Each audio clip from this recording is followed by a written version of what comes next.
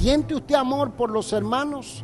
¿Siente usted amor cuando usted ve a un creyente al que usted no conoce y entra por la puerta?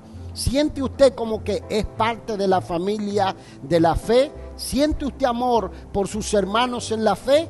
Implica entonces que Cristo está. Mientras Pablo está escribiendo esta carta, lo está haciendo en compañía o en colaboración de Timoteo, a quien menciona en la carta. Esta carta se encuentra entre las llamadas cartas de la prisión, por allá por el año 60. Algunos creen que fue el primer encarcelamiento del apóstol Pablo. Luego de eso, algunos historiadores piensan que Pablo fue liberado y continuó hasta luego morir a manos del emperador romano Nerón, decapitado. Pero mientras Pablo está escribiendo esta carta, recibe la visita de quien es probablemente el ministro u obispo que está dirigiendo la obra en medio de lo que es la ciudad de Colosas, una ciudad de Asia Menor que llegó a ser una de las ciudades principales de lo que hoy conocemos como lo que es el territorio de la moderna Turquía, junto con la ciudad de Éfeso. Pablo escribe y trata de contrarrestar enseñanzas falsas que se han introducido a la iglesia, o lo que se conoce como el protonoxismo, o lo que es el comienzo del movimiento gnóstico. ¿Qué era lo que hacía este movimiento? Que trataba de reducir a una posición inferior la persona y la autoridad del Señor Jesucristo. Según ellos, Jesucristo era una de varias criaturas divinas que emanaban de la deidad y que servía como de conexión entre la humanidad y el Dios creador. Luego nosotros sabemos que el movimiento gnóstico ha tomado otras formas en el tiempo moderno. Pero en la época en la que Pablo escribe, lo que hace este movimiento es que utiliza enseñanzas que los apóstoles y Jesucristo habían diseminado mientras ellos predicaban el evangelio y lo mezclaban con filosofías orientales y con enseñanzas del judaísmo. Diga conmigo judaísmo, o lo que es, verdad que sí, las doctrinas o creencias que los judíos sostenían, pero que eran más que todo interpretaciones de la ley del Antiguo Testamento. Los gnósticos mezclaron estas enseñanzas. El apóstol Pablo escribe para alertar a la iglesia sobre el peligro de nosotros mezclar la verdad de Dios con ideas o filosofías que son contrarias a los que los apóstoles enseñaron, a los que Jesucristo enseñó y lo que ha sido la verdad que ha sostenido la iglesia a través de los siglos. Por lo tanto, esta carta tiene aplicación y tiene vigencia para nosotros hoy en día. Pablo está tratando de presentarnos de que así como la iglesia de los colosenses debía mantenerse firme en la fe, debemos permanecer firmes en la fe, aferrándonos a la promesa de la vida eterna y de la esperanza gloriosa que usted y yo tenemos. ¿Sabe cuál es? La venida de Jesucristo a esta tierra. Eso es lo que debe despertar al creyente. Por lo tanto, entonces debemos rechazar cualquier enseñanza que mezcle comida, que mezcle bebida, que mezcle fiestas religiosas y cualquier práctica de lo que se conoce como un tipo de ascetismo religioso. ¿Qué es lo que hace la asceta? Que se separa como los monjes, los chaolines, o se separa como, ¿verdad?, los monjes tibetanos, y dice que se mantienen en contemplación y se alejan de la realidad de este mundo. Hoy en día sabemos, gracias al Facebook, gracias al Instagram y otros medios, que todo esto es una farsa. Sabemos, ¿verdad?, todos los escándalos que han salido a veces de los que dicen que son una especie de emanación de dioses entre esos monjes. Y cuarto, debemos vivir una vida nueva en Cristo, no vivir sujeto a esclavitud de prácticas, ni de ceremonias, ni de ritos, sino que lo que Dios espera es que tengamos una vida nueva en Cristo. ¿Alguien me dice amén? Y por último, debemos entender que Cristo es la única fuente de vida y crecimiento que el creyente tiene. No vamos a crecer espiritualmente porque nosotros subamos a Roma una vez al año o vayamos a la Meca una vez en la vida. Vamos a crecer porque estamos nutridos de la cabeza que se llama Jesucristo, nuestro Señor y Salvador. Dicho eso, lea conmigo entonces el versículo 1 y 2 de la carta. Dice: Pablo, apóstol de Jesucristo por la voluntad de Dios, y el hermano Timoteo, a los santos y fieles hermanos en Cristo que están en Colosas, gracia y paz sean a vosotros de Dios nuestro Padre y del Señor Jesucristo. Présteme el oído.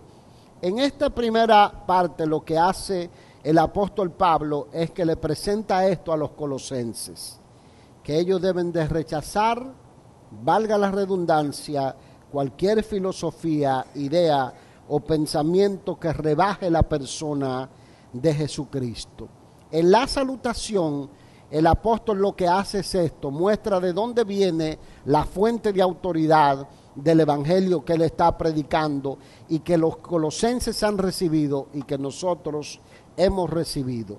Esa fuente de autoridad viene de los apóstoles del Señor, porque él se titula allí como apóstol de Jesucristo y pone la persona de quién, de Timoteo, diga conmigo, de Timoteo, que es su colaborador, es quizás una de las cabezas de la iglesia en Éfeso en ese momento, o por lo menos quien ejerció influencia en la ciudad de Éfeso. A Timoteo lo encontramos en Corinto, en alguna ocasión lo encontramos en Éfeso, en otra ocasión.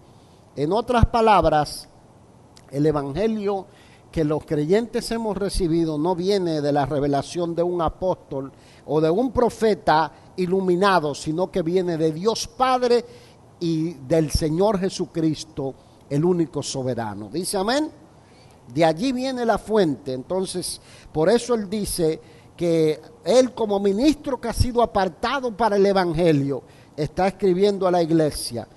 Y no solamente dice de una denominación o de un grupo, sino del único evangelio. Diga conmigo, del único evangelio. El único evangelio. Es importante esto, mis amados hermanos, que cuando nosotros oímos a alguien que dice que tiene una revelación y que dice que tiene un conocimiento nuevo, sepamos cuál es la formación teológica de esa persona, de qué escuela viene, quién lo educó, de qué línea de la fe viene, para que nosotros no estemos comprando todo lo que encontramos en las redes sociales. Sonríase que el Señor le ama. Porque la base de nuestra fe descansa en las enseñanzas de los apóstoles del Señor, de la persona de Mateo, de la persona de Juan, de la persona de Pablo, y verdad que sí, porque ellos se nutren de la cabeza que es Dios el Padre, quien los ha separado por medio de su Hijo Jesucristo. Entonces, de allí está la base. Aquí se afirma que ellos recibieron el verdadero evangelio, y nosotros tenemos que estar claros que si recibimos el verdadero evangelio, no lo tenemos que vivir cambiando, tenemos que seguir creyendo con fe, con entusiasmo. Si el evangelio que recibimos es el evangelio de Jesucristo, entonces nosotros tenemos que estar en paz. ¿Dicen amén? Nadie nos puede mover de esa firmeza. Vaya al versículo 3 conmigo. Dice: siempre orando por vosotros damos gracias a Dios, Padre de nuestro Señor Jesucristo, habiendo oído de vuestra fe en Cristo Jesús y del amor que tenéis a todos los santos, a causa de la esperanza que os está guardada en los cielos, de la cual ya habéis oído por la palabra del evangelio que ha llegado hasta vosotros. Así como a quién, quiero oírles, así como a quién, a todo qué, a todo el mundo, y lleva fruto y crece también en vosotros desde el día que oísteis y conocisteis la gracia de Dios en verdad, como lo habéis aprendido de Epafras, nuestro consiervo amado, que es un fiel ministro de Cristo para vosotros, quien también nos ha declarado vuestro amor en Cristo Jesús. Présteme el oído a esto. Lo que Pablo está poniendo énfasis aquí es que la señal de que nosotros hemos recibido el verdadero evangelio es que no necesitamos nuevas filosofías ni nada que tengamos que agregar a la fe, porque estamos llenos del amor por todos los hermanos. ¿Siente usted amor por los hermanos? ¿Siente usted amor cuando usted ve a un creyente al que usted no conoce y entra por la puerta? ¿Siente usted como que es parte de la familia de la fe? ¿Siente usted amor por sus hermanos en la fe? Implica entonces que Cristo está allá adentro. Cristo está metido en el corazón. Ahora, si usted no siente amor, hay peligro. Hay algo que está muerto interiormente. Entonces él dice aquí, miren lo que pasa. Desde que oímos que ustedes están llenos del amor de Dios, no cesamos de orar por ustedes para que sigan abundando en ese amor. No hay nada más poderoso que un creyente lleno del amor de Dios. Usted puede, dice la Escritura, que hablar lenguas humanas y angélicas, y si no tiene amor, ¿qué es? Viene a ser como metal que resuena o címbalo que retiñe. Usted puede dar su cuerpo para ser quemado, pero si no lo hace por amor, de nada le sirve. Usted puede hablar las lenguas humanas y angélicas, pero si no tiene amor, de nada es, no le vale de nada. Entonces, aquí la señal de que recibieron el verdadero evangelio es el amor. Cuando usted ve a una gente lleno de condenación, de crítica, de rechazo, significa que hace falta alguien dentro que se llama Jesucristo. Y Pablo dice aquí, ¿cómo sabemos que ustedes verdaderamente recibieron el verdadero evangelio? Que están llenos del amor de Dios. Entonces, cuando uno, ¿verdad?, ve a alguien y como que, cuando lo ve como que se le quiere poner la cara como de vinagre, como que se tiró un trago de vinagre, hay algo que no está bien dentro de uno. Entonces uno tiene que empezar a decir, no, Señor, yo quiero ser lleno del amor del Señor. De la misma manera, oiga, de la misma manera que amaban a los hermanos, Epafras, Pablo y Timoteo intercedían por esa iglesia para que fueran llenas del amor de Dios. Hay que notar aquí que Pablo no conoce a los creyentes de esta iglesia personalmente, pero lo ve reflejado en la persona de Epafras. Diga conmigo Epafras. Es el obispo o pastor o quizás uno de los líderes principales de la iglesia allí. Y cuando Pablo ve a este varón que llega a la prisión a Roma y lo ve lleno, empapado del amor de Dios, dice, si los creyentes por allá son como tú, tenemos que orar por él. Pero si usted, verdad, anda por ahí y es muy amoroso en la iglesia, pero por allá afuera está lleno de... parece un cactus que no se puede abrazar. O sea, nadie dice, no, pero si así son los cristianos, no quiero ser cristiano. Oí decir a alguien que le preguntaron a Gandhi, el líder de India, que si él creía en Cristo, le dijo, yo no tengo problema con Cristo, el problema lo tengo con los cristianos. Que no veo a Cristo en ellos. ¿Verdad? Hablando en sentido general, me imagino que de la generalidad de lo que se conoce como cristianismo católico, evangélico y todo eso, el problema lo tengo con los cristianos. Entonces, Pablo dijo, oye, si este varón está lleno del amor de Dios, hay que orar por esos creyentes. Existe un solo evangelio y lo hemos recibido de Dios Padre, que envió a su Hijo Jesucristo a morir por nosotros. ¿Para qué? Para ejercer su señorío sobre nuestras vidas y llenarnos de la esperanza que el mundo no tiene, porque tenemos una esperanza que el mundo no tiene. Y al saber que nosotros no pertenecemos a este mundo, no vivimos como este mundo vive. Tratamos de vivir de una manera diferente a la que este mundo vive. Alguien tiene que decirme amén. Por lo tanto, mis amados, aquí todos los creyentes en todas las edades, en todo lugar vivido, lo que hacen es esto, es que han muerto con la misma esperanza con la que nosotros debemos tener, pusieron la fe en Cristo, fueron perdonados. Yo no sé si usted siente el perdón de Dios, pero yo siento el perdón de Dios en mi vida. Yo ahorita cuando hace un rato hablaba con Daniel y le decía, mira mi hijo, cuando uno está joven hace tantas cosas y dice tantas cosas que le crean vergüenza a uno, que si yo me acordara de todas las tonterías que dije e hice, andaría con una bolsa metida en la cabeza para que nadie me conozca. Pero como yo sé que he sido redimido del pecado, he sido perdonado, he sido limpio por la sangre de Jesús y el Señor no se acuerda de mis pecados, yo tampoco me quiero acordar de mis pecados porque yo he sido limpio por esa sangre preciosa que está en Jesucristo. Y no voy a agregar nada más a esa salvación que la seguridad de saber que camino con Cristo.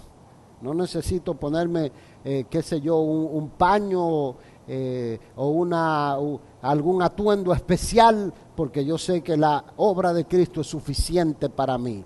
No necesito aprender ningún secreto, ningún conocimiento filosófico extraño, porque el mismo Espíritu Santo me dice si verdaderamente Cristo se está formando en mi vida. ¿Dice amén a eso? Aquí dice esto, el versículo 6, que ha llegado hasta vosotros así como a todo el mundo y lleva ¿qué? Fruto, diga conmigo, fruto.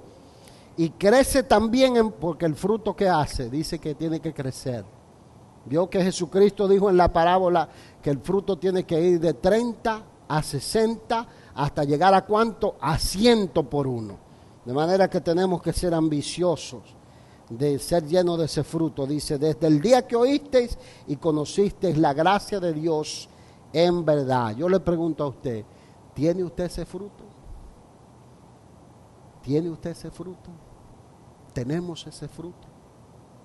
La Biblia dice, más el fruto del Espíritu. ¿Verdad que sí? Dice, más el fruto del Espíritu. El fruto del Espíritu es en todos amor, gozo, paz, paciencia, benignidad, bondad, fe, mansedumbre, templanza, y contra tales cosas no hay ley. Por eso no podemos agregar nada más a la salvación que decir al Espíritu Santo, explota en mi vida el fruto del Espíritu de Dios, porque eso es lo que Dios anhela. Les cuento algo. Yo recuerdo cuando salió un libro llamado La Cuarta Dimensión. Era un libro de Paul John Guichot. Y yo recuerdo que muchos jóvenes de mi generación queríamos entrar en la cuarta dimensión. Y nos metimos por allá, nos fuimos fuera de la ciudad en una casa. Y nos metimos 3 días de ayuno, no comimos ni bebimos por 3 días. Y tratando de entrar a la cuarta dimensión y no salíamos de la primera dimensión. Y cuando en un momento dado me levanté orando por la cuarta dimensión, vi todo negro, me dio un mareo que casi me desmayo. Terminó el ayuno de 3 días y no entramos a la cuarta dimensión. Porque el creyente no necesita entrar a la cuarta dimensión. El creyente lo que necesita es andar sujeto al control del Espíritu Santo de Dios. Y cuando yo lo entendí, yo después me reía. Yo decía, el Señor nos vería y nos miraba como cuando uno ve a los niños así que están haciendo cosas traviesas y uno se ríe y lo ama y dice, cuando crezca, cuando se dé cuenta todo esto. Y uno quiere anotar todo lo que hacía para después contárselo. Porque, ¿verdad? Eso era una idea, unas ideas que habían de que estábamos en una dimensión. Lo que hacían los gnósticos era que decían que para nosotros adquirir la salvación teníamos que adquirir cierto conocimiento secreto. Y el apóstol Pablo dice, no, ustedes conocieron la verdadera gracia de Dios. La meta suprema del creyente es aprender a ser como su maestro. Porque ese es el objetivo del creyente, llegar a ser como su maestro. Llegar a ser como el Señor Jesucristo. Todos los días lo que uno hace es que tiene que tomar tiempo para meditar en la palabra y decir, oye, ¿cómo agrego esto que la Biblia dice en mi vida? ¿Cómo puedo cambiar estas áreas de mi vida? Yo creo que todos los días todos estamos aprendiendo.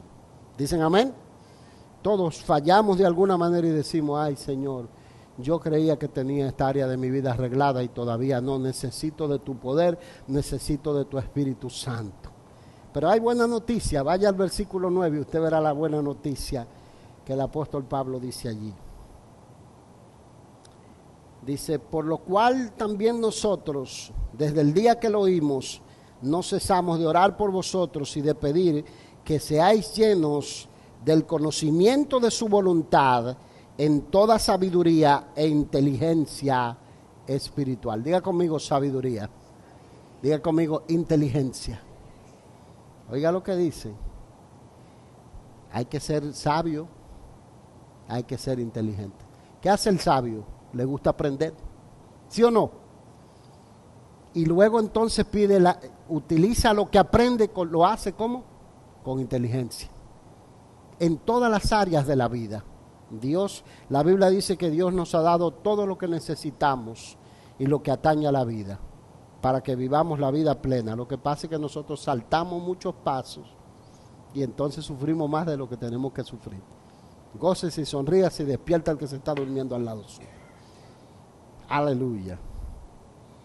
Entonces, siga leyendo conmigo, dice, versículo 10, para que andéis como es digno del Señor, agradándole en algunas cosas. ¿No dice algunas cosas? Bueno, que se me chispoteó. Agradándole en todo, llevando fruto en toda buena obra y creciendo en el conocimiento de Dios. ¿Cómo usted crece en el conocimiento de Dios? Hay que leer los evangelios, hay que leer la palabra del Señor, hay que leer las cartas, hay que leer la Biblia para crecer en el conocimiento de Dios. Siga leyendo conmigo. Fortalecidos con todo poder, conforme a la potencia de su gloria, para toda paciencia y longanimidad, con gozo, dando gracias al Padre que nos hizo aptos para participar de la herencia de los santos en luz, el cual nos ha librado de la potestad de las tinieblas y trasladado al reino de su amado Hijo, en quien tenemos redención por su sangre, el perdón de pecados. Vuelvo, insisto aquí, présteme el oído, se resalta aquí la importancia de leer los evangelios, de revisar nuestra vida a la luz de la palabra del Señor. Señor, ¿qué área de mi vida me falta por rendir? ¿Qué necesito de lo que tú nos has hablado de caminar contigo? Como dice que en una ocasión a los cristianos se le observaba que hablaban tanto de Cristo, que algunos dicen que sarcásticamente lo llamaron cristianos por primera vez en Antioquía, pero otros dicen que no, que era que se comportaban tal como ellos decían que Cristo era, y lo empezaron a llamar cristianos, porque antes eran conocidos discípulos, y así se los llamaban, discípulos, se trataban entre hermanos, hasta que empezaron los no judíos a convertirse, y entonces, ¿verdad?, de discípulos pasaron a ser llamados cristianos. Y nosotros no necesitamos lo que Pablo dice aquí, filosofías ni huecas sutilezas de este mundo. Necesitamos aprender de Cristo para llenarnos del conocimiento de su voluntad. Présteme atención a esto, porque esto no es mera palabrería lo que Pablo está hablando aquí. Ser lleno del conocimiento de su voluntad, es decir, Señor, ¿cómo quieres que maneje el matrimonio? ¿Cómo quieres que críen los hijos? ¿Cómo quieres que maneje la finanza? ¿Cómo quieres que yo me conduzca en mi vida privada? ¿Cómo quieres que yo maneje mi vida emocional, mi vida amorosa? ¿Cómo quieres, Señor, que maneje mi vida en los negocios de este mundo? ¿Cómo quieres que yo viva la vida cristiana dentro y fuera de la iglesia? Y eso no lo podemos agarrar del aire, ni de un libro de filosofía, ni de algún conocimiento secreto. Eso se encuentra en estos 66 libros de la Biblia. Pero si nosotros no aprendemos la palabra, por eso necesitamos ser llenos del conocimiento de su voluntad. Su voluntad está revelada ¿dónde? En la Biblia. El otro día yo escuché a Mike Huckabee, que era un pastor bautista que llegó a ser gobernador de Arkansas. Su hija es la gobernadora de Arkansas en este momento. Y Mike Huckabee estaba hablando de la importancia de invertir sabiamente los recursos que llegan a nuestras manos. ¿Basándose dónde? Basándose en las parábolas de Jesús que hablan de la administración de los bienes materiales y del dinero. Entonces yo decía, no, pero míralo aquí. Se habla de que una tercera parte de los evangelios hablan del manejo de las finanzas, del manejo de la vida, del manejo del tiempo, del manejo de los recursos, del manejo de todo lo que Dios pone en nuestras manos. Significa que la palabra de Dios es útil para todo. ¿Dice amén? Para todo. Pero si nosotros no la conocemos, no podremos ponerla en práctica. En otras palabras, el evangelio es práctico. ¿Dice amén? En otras palabras, debemos vivir conforme a la altura del llamado que Dios nos ha hecho. Cuando yo me pongo a pensar de dónde Dios nos saca y pensar que la vasta mayoría del mundo vive bajo el poder de las tinieblas, bajo el poder de Satanás, toman decisiones basadas en emociones, en cómo está el día, en cómo le dice el horóscopo que va a estar el día en ese día, o van y consultan un gurú, o consultan un brujo. Yo conocí uno que cada vez que hablábamos con él, le sembrábamos el evangelio, salía, llamaba, tuve un accidente en la ruta. Pero ¿sabe lo que él me decía? No, mi padrino me dijo que yo me tengo que ir de Lakeland porque Lakeland está salado. Y yo le decía, usted tiene que aceptar a Jesucristo y su suerte va a cambiar inmediatamente. ¿Verdad que sí? Y cuando se fue para Miami, en Miami le iba peor que aquí. Yo le dije a usted que no es Lakeland el problema es que usted necesita a Cristo en el corazón. Pero la Biblia dice aquí, mire lo que dice aquí, que debemos vivir conforme a la altura del llamado que Dios nos ha dado.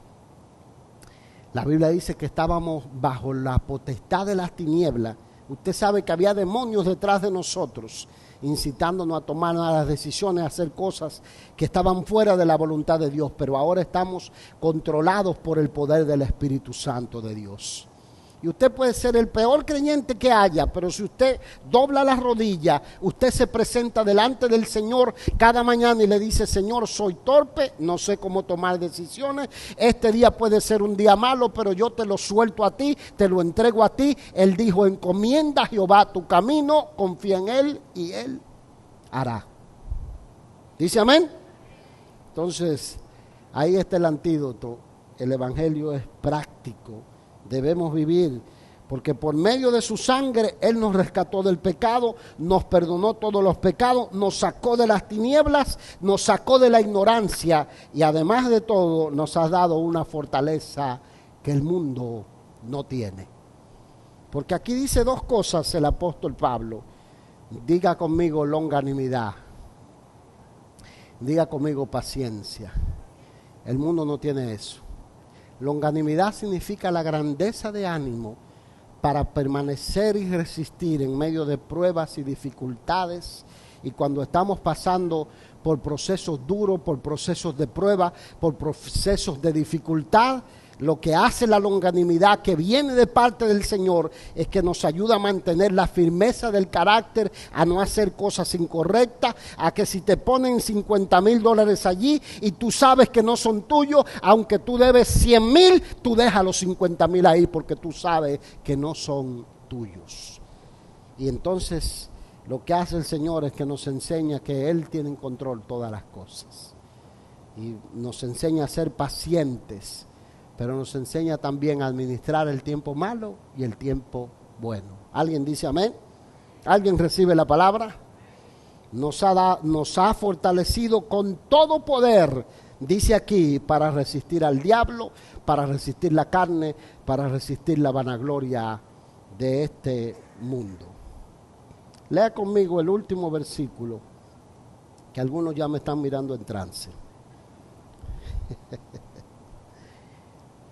Versículo 11, dice, fortalecidos con todo poder, conforme a la potencia de su gloria, para toda paciencia y longanimidad, con gozo, dando gracias al Padre que nos hizo aptos para participar de la herencia de los santos en luz.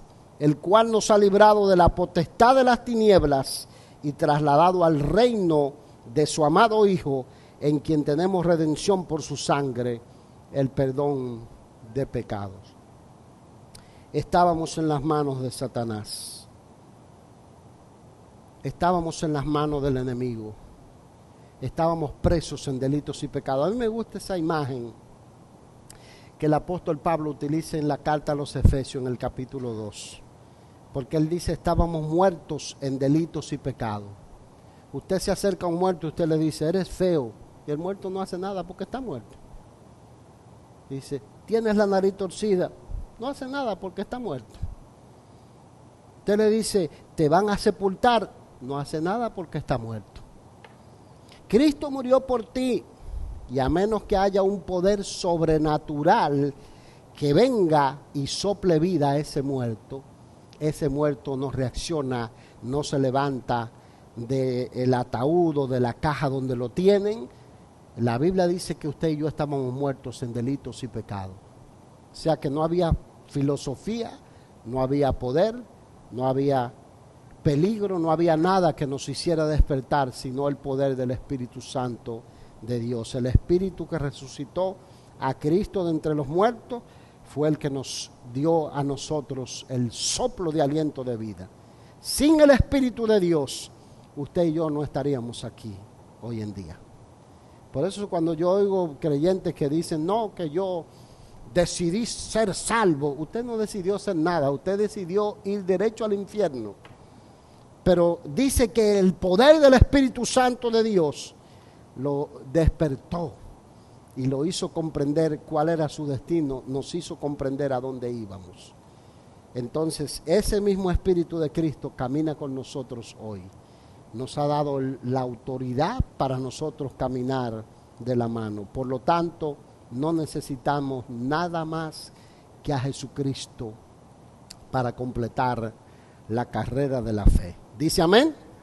Póngase de pie y reciba la palabra de parte del Señor. Yo lo voy a dejar aquí. Le motivo a que usted lea a partir del versículo 15, donde nos quedamos. Y usted mire todo lo que el apóstol Pablo le está hablando a la iglesia. Uno de los más grandes peligros del creyente es caer en el error de creer que tiene algo que agregar a la fe o algo que agregar o algo nuevo en el evangelio. El creyente que siempre cree que tiene que buscar algo nuevo en el evangelio, lo que hace es que pierde la firmeza y muchas veces se sale del seno del amor de la iglesia del Señor, buscando a ver si hay algo nuevo, y en ese algo más caen en falsa doctrina y luego caen en un enfriamiento espiritual. Es como la gente que se envuelve en el pecado creyendo que el pecado lo va a llenar, y mientras más se hunden en el pecado, más vacíos están interiormente, y eso lo lleva a más pecado. Así es el creyente que no entiende que la solución a los problemas no es que usted salga escapando, salga huyendo, cambie de iglesia, cambie de mujer o cambie de marido. El problema está aquí adentro y solamente Cristo lo puede arreglar. Porque donde usted se va, se lleva la mochila al hombro. ¿Dice amén? ¿Recibe la palabra? ¿Me ama? Si no me ama, no se vista que no va.